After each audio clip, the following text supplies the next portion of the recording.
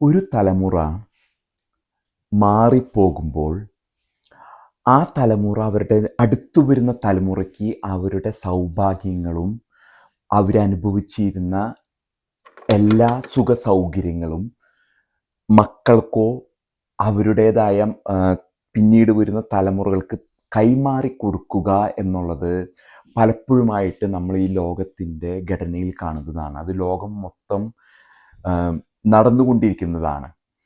അതുമായി അടിസ്ഥാനത്തിൽ നമ്മൾ നോക്കുമ്പോൾ കേരളത്തിൽ കെ കരുണാകരൻ മുരളീധരനെയും പത്മജിയെയും കൊണ്ടുവരാൻ നോക്കുന്നു, ആർ ബാലകൃഷ്ണപിള്ള ഗണേഷ് കുമാറിനെ കൊണ്ടുവരാൻ നോക്കുന്നു.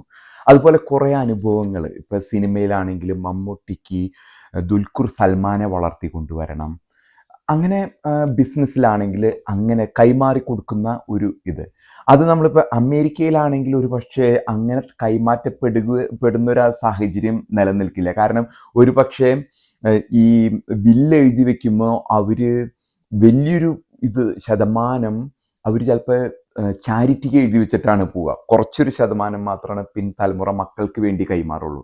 കാരണം മക്കൾക്കുള്ളത് മക്കളുണ്ടാക്കട്ടെ എന്നുള്ളൊരു ചിന്താഗതിയൊക്കെയാണ് അമേരിക്കയിലൊക്കെ നിലനിൽക്കുന്നത്. എന്നാൽ ഇന്ത്യയിൽ രാഷ്ട്രീയമായ സ്ഥാനമാനം പോലും പിന്നത്തെ തലമുറയ്ക്ക് കൊടുക്കണം എന്ന് ജനാധിപത്യമാണെങ്കിൽ പോലും വിശ്വസിക്കുന്ന ഒരു സമൂഹമാണ് നമ്മുടേത്. അതുപോലെയുള്ളൊരു കഥയാണ് ജോസ് കെ മാണിയുടെ കഥ. മാണി സാർ എന്ന വ്യക്തി 60-കൾ 70-കളിലൊക്കെ പൊരുതി ഉണ്ടാക്കിയതാണ് കേരള കോൺഗ്രസ്. പിന്നീട് അത് ഭിന്നിച്ച് അദ്ദേഹത്തിൻ്റെ ഭാഷയിൽ പറഞ്ഞാൽ വളരും തോറും പിളരുകയും പിളരും തോറും വളരുകയും ചെയ്യുന്ന സ്ഥിതിയിൽ. എന്നാലും ഏറ്റവും വലിയ ചങ്കിരുന്നത് മാണി സാറിൻ്റെ കയ്യിലാണ്. അത് കേരള കോൺഗ്രസ് നമുക്ക് അതിൻ്റെ ചരിത്രം നോക്കുമ്പോൾ മുഴുവൻ ചരിത്രം നമുക്ക് പറയാൻ പറ്റില്ല. പി ടി ചാക്കോ തൊട്ട് ബാലകൃഷ്ണപിള്ള, ടി എം ജേക്കബ്, ഇവിടെ പി സി ജോർജ്, അവിടെ ടി എം ജേക്കബിൻ്റെ അനിൽ ജേക്കബ്, അങ്ങനെ പലതിലായിട്ട്. എന്നാൽ അതിൻ്റെ ഏറ്റവും വലിയ ചങ്ക് ഇരിക്കുന്നത് ജോസ് കെ മാണി എന്ന ഒരു ഇതിലാണ്. പക്ഷെ ജോസഫ് ഗ്രൂപ്പ് അതിനെ മറികടന്നു എന്ന് വേണം അനുമാനിക്കാനായിട്ട്.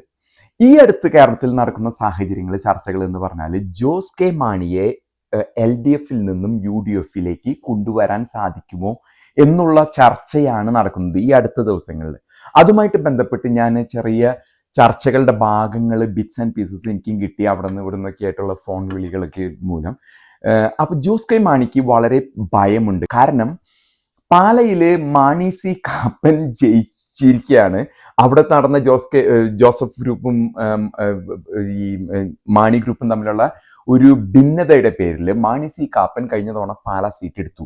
അപ്പൊ മാണി സാറ് പോയ സാഹചര്യത്തിൽ ഇനി ജോസ് മോനൊരു ഭയമുണ്ട്, ആ സീറ്റിൽ നിന്ന് ഇനി ജയിക്കാൻ പറ്റുമെന്നോ വളരെ അധികം ഒരു അദ്ദേഹത്തിന്റെ ഭാവിയെക്കുറിച്ച്, രാഷ്ട്രീയ ഭാവിയെക്കുറിച്ച് വളരെയധികം പരിഭ്രാന്തിയിലാണ് അദ്ദേഹം. അപ്പൊ മാണി സാറ് പോകുന്നതിന് മുമ്പുള്ള ഇപ്പൊ രാഷ്ട്രീയത്തിന് അതീതമായിട്ടുള്ള കൂട്ടുകെട്ടുള്ള ആളാണ് ഇവരുടെ സൗഹൃദം. നമ്മൾ മനുഷ്യർ തമ്മിൽ തല്ലിച്ചത്താലും ഇവര് പിണറായി വിജയനോ രമേശ് ചെന്നിത്തലയോ ഉമ്മൻചാണ്ടിയോ കുഞ്ഞാലിക്കുട്ടിയോ ഈവൻ BJPയിലുള്ളവരോ ഇവർ വ്യക്തിപരമായ സൗഹൃദം എന്ന് പറഞ്ഞാൽ നമ്മുടെയൊക്കെ ബന്ധങ്ങളെക്കാളും ഒക്കെ ഉപരിയായിട്ട് ബന്ധങ്ങളാണ് ഇവർ തമ്മിൽ ഉള്ള ബന്ധങ്ങൾ. അത് അങ്ങനെ ആവട്ടെ, രാഷ്ട്രീയമായിട്ടുള്ള സൗഹൃദങ്ങൾ വേറെ.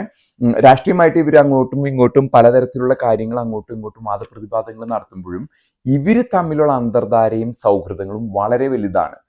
അങ്ങനെ ഒരു സാഹചര്യത്തിൽ ജോസ് കെ മാണിക്ക് പാലാ സീറ്റിലുള്ള ഒരു അനിശ്ചിതാവസ്ഥ അല്ലെങ്കിൽ ഭയം മൂലം എനിക്ക് അറിയാൻ സാധിച്ചത്, ഞാൻ കേട്ട ചർച്ചകളുടെ അടിസ്ഥാനത്തിൽ ജോസ് കെ മാണിയെ മലപ്പുറത്തോ കോഴിക്കോടോ ഏതെങ്കിലും ഒരു സുരക്ഷിതമായ മണ്ഡലത്തിൽ കൊണ്ടുപോയി മുസ്ലിം ലീഗ് ദത്തെടുത്ത് മാണി സാറിൻ്റെ മോനെ കുഞ്ഞാലിക്കുട്ടി സാഹിബോ പാണക്കാട് ശിഹാബ് തങ്ങളോ ജയിപ്പിച്ച് ഇങ്ങോട്ട് ദത്തെടുക്കാം എന്നുള്ളൊരു ചർച്ചകളാണ് നടക്കുന്നത്. കാരണം പാല സേഫ് അല്ല. അങ്ങനെ വരുമ്പോൾ മാണി സാറിന് ഒരു നല്ല സാഹചര്യത്തിലൊക്കെ 10, 17, 15, 12 സീറ്റ് ഉണ്ടായിരുന്നു ഈ മധ്യ തിരുവിതാംകൂർ. അത്രയും ഇൻഫ്ലുവൻഷ്യൽ ആയിരുന്നു മാണി സാറ്. ആ ഒരു ഇതിൽ നിന്നും ഇദ്ദേഹത്തിന് ഒരു മന്ത്രിസ്ഥാനം എങ്കിലും കിട്ടും. കുഞ്ഞാലിക്കുട്ടി ഇതാവുന്ന ഒരു 5-6 സീറ്റ് ജോസ് കെ മാണി കൊണ്ടുവരുന്നു. അവരുടെ ഇൻഫ്ലുവൻഷ്യൽ ആയിട്ടുള്ള റോഷി അഗസ്റ്റിനോ അവിടെ നിന്നുള്ള സീറ്റുകളിൽ നിന്നൊക്കെ തെക്കുന്ന് കൊണ്ടിരുന്നു. പക്ഷെ ജോസ് മോനെ ഹൈജാക്ക് ചെയ്ത് ദത്തെടുത്ത് മലപ്പുറത്ത് കൊണ്ടിരുന്നു, അതിന്റെ ഏറ്റവും വലിയ നേതാവിനെ. എന്നിട്ട് ഇവിടെ തെക്ക് ഉപയോഗിക്കുന്നു. അങ്ങനെ ഒരു സാഹചര്യം ഇന്ന് കേരളത്തിൽ നിലനിൽക്കുന്നു. ഭിന്നിപ്പിക്കുക എന്നുള്ളതാണ് അതിൻ്റെ തത്വശാസ്ത്രം. കാരണം ഈ ഇസ്ലാമിക അധിനിവേശം തെക്കോട്ട് പോയിക്കൊണ്ടിരിക്കുമ്പോൾ കത്തോലിക്ക സഭയിൽ തന്നെ കത്തോലിക്ക സഭയിൽ ബഹുഭൂരിപക്ഷവും വളരെ അധികം അതിനെക്കുറിച്ച് ആകുലതകളും ആശങ്കകളും കത്തോലിക്ക സഭയിലെ പിതാക്കന്മാർക്ക് തന്നെയുണ്ട്. അപ്പൊ ജോസ് കെ മാണി ഇങ്ങനെ ഒരു സുഡാപ്പി നയത്തിലേക്കോ, അങ്ങനെ ഒരു വാക്ക് ഉപയോഗിക്കുന്നതിന്, പക്ഷെ ജോസ് കെ മാണി കുഞ്ഞാലിക്കുട്ടി സാഹിബിന്റെ ഒരു നയത്തിലേക്ക് പോയിട്ട് മലപ്പുറത്ത് പോയി ജയിക്കും. അദ്ദേഹം വ്യക്തമായിട്ടും ജയിക്കും. കാരണം കുഞ്ഞാലിക്കുട്ടി സാഹിബോ പാണക്കാട് സാദിഖലി തങ്ങളോ ഒരു ആഹ്വാനം മലപ്പുറത്ത് കൊടുത്താല് അത് രാഷ്ട്രീയത്തിനോ എല്ലാത്തിനും ഉപരിയായിട്ടുള്ള സാമുദായിക വോട്ടാണ്. അപ്പോൾ വേങ്ങരയെന്നോ അല്ലെങ്കിൽ ഏതെങ്കിലും ഒരു ഉറച്ച മഞ്ചേരിന്നോ, മഞ്ചേരിയിൽ ക്രിസ്ത്യൻ വോട്ടുകളൊക്കെയുള്ള സ്ഥലങ്ങളുണ്ട്, ജയിപ്പിച്ചു കൊണ്ടുവരും. അതോടുകൂടി ജോസ് കെ മാണിയുടെ പ്രശ്നങ്ങൾ തീരോ? തന്നെയുമല്ല, UDFന് ഈ അധികാരം കിട്ടുമെന്ന് 2026 അതിനുവേണ്ടിയുള്ള ചർച്ചകളാണ് നടക്കുന്നത്. അധികാരം കിട്ടുമെന്ന് ജോസ് കെ മാണിക്ക് ഉറപ്പുണ്ടോ? തന്നെയുമല്ല, ഈ പിതാക്കന്മാര് റാഫേൽ തട്ടിൽ പോലെയുള്ള പിതാക്കന്മാര് മുനമ്പം വഖഫുമായിട്ട് ബന്ധപ്പെട്ട് വ്യക്തമായിട്ട് പറഞ്ഞിരിക്കുകയാണ്, ഇനി മുതൽ ഇടതിനും വലതിനും കുത്തണ്ട, BJPക്ക് കുത്തിയാൽ മതി. അദ്ദേഹമാണ് ഈ കത്തോലിക്ക സഭയുടെ ഏറ്റവും മേലെയുള്ള വ്യക്തി. റാഫേൽ തട്ടിൽ വളരെ അധികം അന്തസ്സും ബഹുമാനം ജനങ്ങള്, കാരണം ഒരു പക്ഷെ മുൻകാലങ്ങളിൽ ഇത്രയും ഈ ആലഞ്ചേരി പിതാവൊക്കെ ഇരുന്നിരുന്ന കാലത്ത് കത്തോലിക്ക സഭയെ ഒരുമിച്ച് കൊണ്ടുവരാനായിട്ട് അദ്ദേഹം തോറ്റുപോയി. എന്നാൽ മറിച്ച് റാഫേൽ തട്ടിൽ പിതാവ് വന്നു കഴിഞ്ഞപ്പോൾ കത്തോലിക്ക സഭയെ ഒരുമിച്ച് കൊണ്ടുവന്നിരിക്കുന്ന ഒരു സാഹചര്യം. അദ്ദേഹം പറഞ്ഞിരിക്കുകയാണ് BJPക്കാണ് വോട്ട് ചെയ്യേണ്ടതെന്ന്. അപ്പോൾ ഒരു മുസ്ലിം കോട്ടയിൽ പോയി താങ്കൾ ജയിച്ചു വന്നാലുള്ള സ്ഥിതി എന്തായിരിക്കുമെന്ന് മാണി സാറിൻ്റെ മകൻ ജോസ് കെ മാണി ചിന്തിക്കണം. മധ്യ തിരുവിതാംകൂർ മാറിയിരിക്കുന്നു, കോട്ടയം മാറിയിരിക്കുന്നു, തെക്കോട്ട് പോകുന്തോറും സാഹചര്യങ്ങൾ മാറിയിരിക്കുന്നു. പ്രത്യേകിച്ച് ഇപ്പോഴത്തെ രാഷ്ട്രീയ സാഹചര്യത്തിൽ വഖഫ് പോലെയുള്ള വിഷയം ഒരു മുനമ്പും കത്തി നിൽക്കുന്ന സാഹചര്യത്തിൽ തന്നെയുമല്ല ഇടതുപക്ഷം പിണറായി വിജയനെ പോലെയുള്ള ഒരു നേതാവ് ആഗ്രഹിക്കുന്നത് UDF താഴ്ന്ന് BJP അവരുടെ എതിരായിട്ട് വരട്ടെ എന്നുള്ളൊരു രാഷ്ട്രീയ തന്ത്രമാണ്. അതാണ് ഈ ഇടതുപക്ഷം സ്വീകരിച്ചിരിക്കുന്നത്.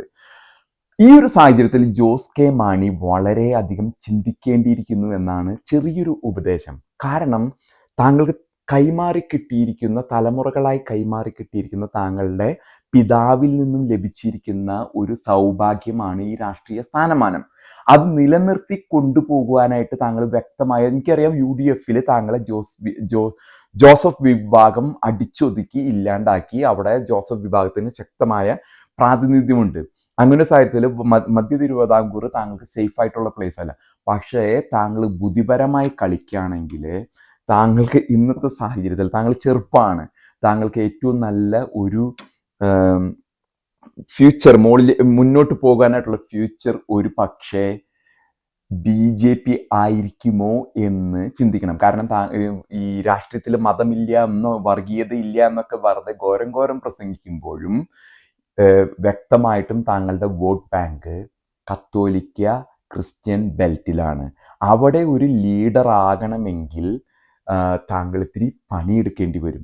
അപ്പോൾ വെറുതെ താങ്കൾക്കത് ലഭിച്ചു എന്ന് വരില്ല, പണിയെടുക്കണം. BJPക്ക് പോയാലും ഒരു പക്ഷേ അവർ 10-12 സീറ്റ് തന്നു എന്ന് വിചാരിക്കും.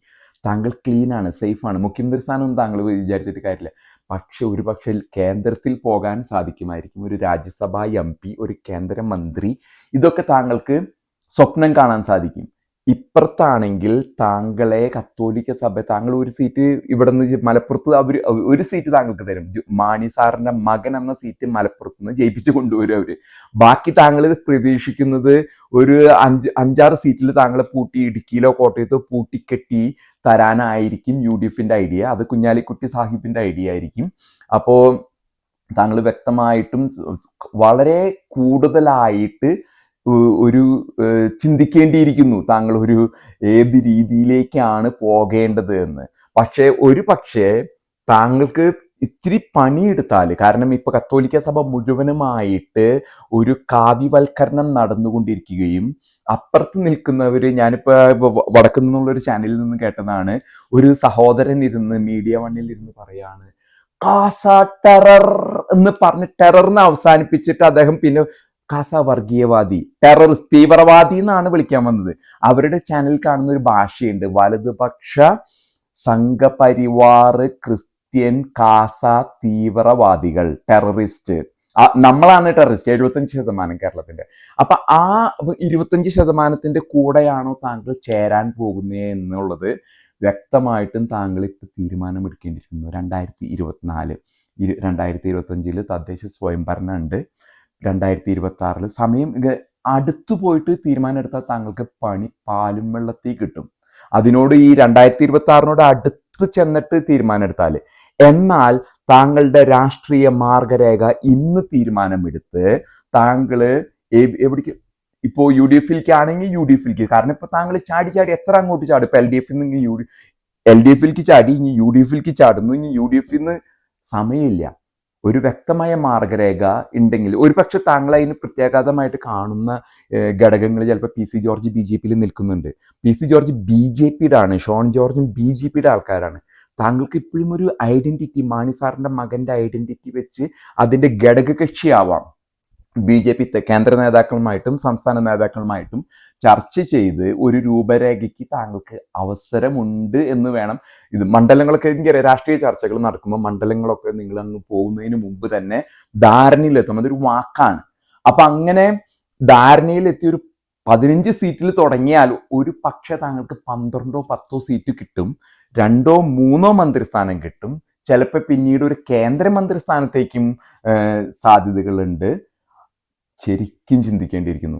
പിന്നെ ഈ ഒരു അവസരം താങ്കൾ എടുത്തില്ല എങ്കിൽ ഒരു പക്ഷേ ഗണേഷ് കുമാർ ചാടിയേക്കാം. പലർക്കും മോഹങ്ങളുണ്ട്. ഗണേഷ് കുമാർ ചെന്നാൽ, ഞാൻ താങ്കളെ കൊച്ചാക്കി പറയല്ല, പേഴ്സണാലിറ്റി വൈസും ഐഡന്റിറ്റി വൈസും ഗണേഷ് കുമാറിന് BJP-യുടെ മുമ്പിൽ വ്യക്തമായ ഐഡന്റിറ്റി ഉണ്ട്. അദ്ദേഹം ഒരു വാക്ക് പറഞ്ഞ ഒരു പക്ഷെ അദ്ദേഹം ആയിരിക്കും ചാടുന്നത്. അദ്ദേഹം ചാടുന്നത് എപ്പോഴാണെന്ന് എനിക്ക് സംശയമുണ്ട്.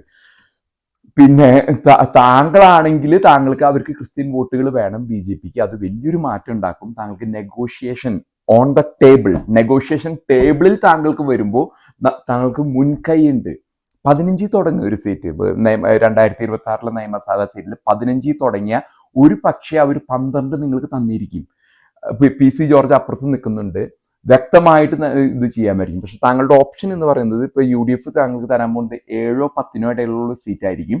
താങ്കളെ കൊണ്ട് മലപ്പുറത്ത്, കാരണം താങ്കൾക്ക് പാലയിൽ ഭയമുള്ളത് കൊണ്ട് മലപ്പുറത്ത് ജയിപ്പിക്കുകയോ അതോ താങ്കൾ ഇടുക്കി, പാല സേഫ് അല്ല, മാണി സി കാപ്പന്റെ കുത്തകയാണ്. കാരണം ഇനി പാലയിൽ, ഞാൻ വ്യക്തമായിട്ട് താങ്കളോട് പറയാം, പാലയിൽ ഒരു പക്ഷേ ഇനി താങ്കൾ ജയിച്ചിരിക്കില്ല.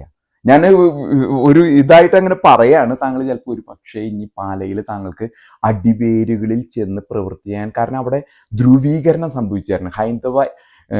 ക്രൈസ്തവ ഐക്യം തന്നെയല്ല, താങ്കളുടെ പിതാവിൻ്റെ കണക്ഷൻസ് NSS-ൽ പോയി താങ്കൾക്ക് സംസാരിക്കാൻ പറ്റും. സുകുമാരൻ നായരായിട്ട് നല്ല വ്യക്തിബന്ധം സ്ഥാപിച്ചിരുന്ന വ്യക്തിയാണ് മാണി സാറ്.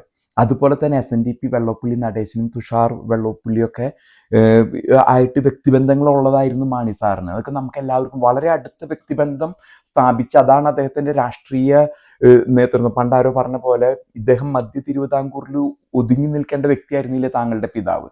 പക്ഷെ താങ്കള് എന്ത് തീരുമാനം എടുക്കുന്നുള്ളത് താങ്കൾ ചിലപ്പോൾ ഇല്ലാണ്ടാക്കുന്ന രീതിയിലേക്ക്. നമുക്കൊരു കാലഘട്ടത്തിൽ അറിയാം കെ മുരളീധരന് സംഭവിച്ചത്. കെ മുരളീധരൻ KPCC പ്രസിഡന്റ് ആയിരുന്നു, അവിടെ നിന്ന് വൈദ്യുതി മന്ത്രിയായി വടക്കാഞ്ചേരി പോയി തോറ്റ് അങ്ങനെ ഒരു സ്ഥിതിയിലേക്ക് പോകുന്ന ഒരു സാഹചര്യം നമുക്കറിയാം. കാരണം തലമുറകളായിട്ട് കൈമാറി കിട്ടുന്നതാണ്. അത് താങ്കൾ വൈസായിട്ട് ചിന്തിക്കേണ്ടതുണ്ട്.